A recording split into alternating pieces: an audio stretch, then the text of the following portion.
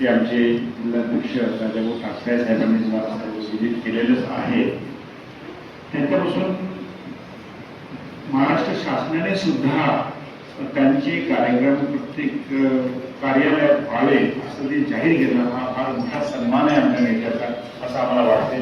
त्याकरता आम्ही कलेक्टर ऑफिसमध्ये किंवा सरकारी सर्व ऑफिस आहे त्या ठिकाणी सुद्धा फोटोचं वाटप करणार आहोत. तरी ठरवलेलं आहे शासकीय कार्यक्रमात कोणता फोटो लागेल, सार्वजनिक जीवनात कोणता फोटो वापरायचा हे सुद्धा आम्हाला प्रदेशकडून मिळालेला आहे. वर्धेचा कार्यक्रम 22 आम्ही राष्ट्रवादी काँग्रेस पक्षाकडे घेणार आहोत. त्याचा उद्देश एकच आहे का जनतेकरता असा नेता व्हावा का जो जवळपास दादा 7 ते रात्री 11 पर्यंत कंटिन्युअसली काम करायचे. आज सुद्धा मी जिल्हा नियोजन समितीची मीटिंग होती. मला तिथे थोडं अडचणीचं वाटतं की मीटिंग 11ची होती, 12ची होती, मला वाटते 1 वाजता सुरू झाली. बरोबर आहे. तर तेव्हा दादाची आठवण झाली की दादाची वेळ जी होती त्या वेळेनुसार किती मोठा नेता असला तर तो वेळेवर नाही आला तर ते तिथे त्यांना सुरुवात होते सांगत होते की वेळेचं बंधन ठेवायला पाहिजे. कारण मी तुमचं सुद्धा किंवा आमच्याचं 1 तास कोणाचाही वेळ वाया घालवणं योग्य नाही. आम्ही मुंबईला जात होतो तर काम असेल तरच या, अदरवाईज येऊ नका. मंत्र्यांना सांगायचे काम होत असेल तर कार्यकर्त्यांना यश म्हणा किंवा नो म्हणा, हेलपाटे लावू नका, हा त्यांचा डायलॉग होता. असं व्यक्तिमत्व आमच्यातून निघले. यांच्याकरता आमचं कर्तव्य आहे तर त्यांचं सर्व कार्याला जनतेपर्यंत पोहोचवावं व ते करण्याकरता आज आम्ही या ठिकाणी आपल्यास निमंत्रित करतो. ते कार्यक्रम आम्ही पोहोचवावा अशी आपल्याला नम्र विनंती आहे. खूप खूप धन्यवाद.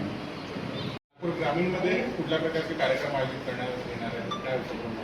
नागपूर ग्रामीणमध्ये वृक्षारोपण कार्यक्रम, शेतकऱ्यांसाठी मार्गदर्शन, त्यानंतर महिलांसाठी मार्गदर्शन शिबिर, महाआरोग्य शिबिराच्या माध्यमातून अनेक महिलांना आता कॅन्सरचे प्रमाण मोठ्या प्रमाणात आज वाढत आहे. तर कॅन्सरची तपासणी अशा वेगवेगळे शिबिर, स्वच्छता अभियान असे वेगवेगळे शिबिर आम्ही आयोजित करत आहोत. 13ही तालुक्यात 7 दिवसपर्यंत कंटिन्यूस आमचे कार्यक्रम आहेत. त्यानंतर आम्ही फिल्म दाखवणार आहोत त्या समाजातल्या लोकांना. त्या दादांनी केलेलं काम त्या फिल्मच्या माध्यमातून लोकांना अनेकांना माहीत आहे. ती माहिती झाली पाहिजे. दादांच्या अनेक योजना आहेत, त्या योजना माहीत झाल्या पाहिजे. त्या योजनाचं काही वाटप आहे आम्ही तिथे करणार आहोत. सायकली वाटप आहे, काही रिक्षा वाटप आहे. ते वाटपसुद्धा ग्रामीण भागात आम्ही करणार आहोत. अनेक महिलांना त्या लाडकी बहिणीच्या माध्यमातून अनेकांचे पैसे मिळाले नाही. त्या अधिकाऱ्यांना बोलवून त्यांचे पैसे का मिळाले नाही त्याचंसुद्धा आम्ही नियोजन करून प्रत्येकाला दादांनी केलेलं काम पोहोचण्यासाठी आम्ही 13ही तालुक्यामध्ये एक विविध कार्यक्रम घेत आहोत. किती लोकांना याचा लाभ होईल?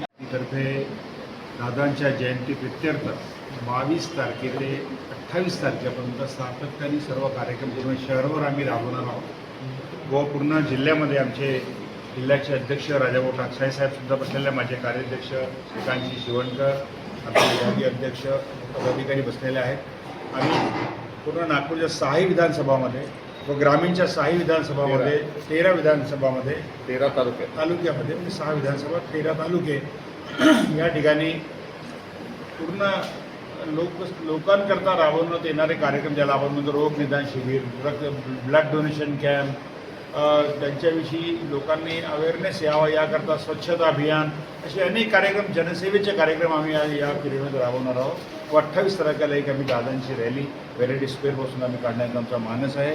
आमचे कार्यकर्ते या सर्व कार्यक्रमाकरता फार उत्सुक आहे. आमची पूर्ण तयारी झालेली आहे. सातत्याने सार्वजनिक नागपूर शहराच्या सर्व कार्यालयामध्ये दादांचा फोटो लावून त्यांची जयंती करावी असा आदेशसुद्धा महाराष्ट्र गव्हर्नमेंटतर्फे यांना मिळालेला आहे. त्याकरता सुद्धा आम्ही प्रयत्नशील आहोत व दादांचे कार्य जन्मांचा पोचावे हा या मागचा उद्देश आहे.